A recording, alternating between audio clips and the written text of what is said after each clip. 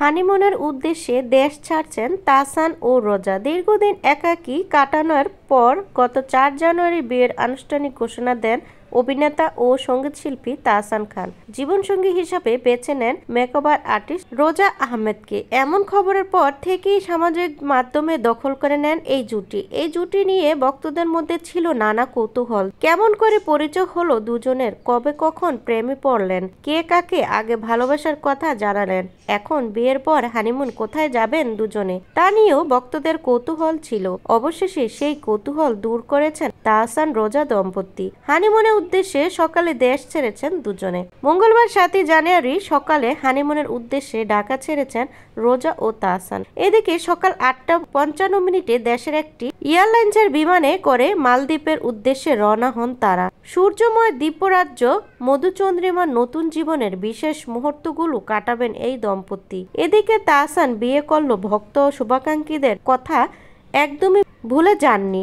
বিয়ের 2 দিন মাথায় শ্রোতাদের জন্য নতুন গান নিয়ে ফিরেছেন। একা ঘর আমার শিরোনামের গানটি লিখেছেন ও সুর দিয়েছেন তিনি নিজেই।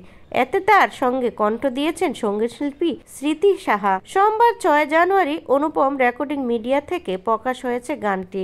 এদিন সন্ধ্যায় রাজধানীর একটি রেস্টুরেন্টে গান প্রকাশের অনুষ্ঠানে হাজির হয়ে বিয়ে ও নতুন স্ত্রী প্রসঙ্গে কথা বলেন তাহসান। এ সময় তিনি বলেন, আমি বিয়ে করেছি সেটা জানানোর দরকার ছিল, জানিয়েছি।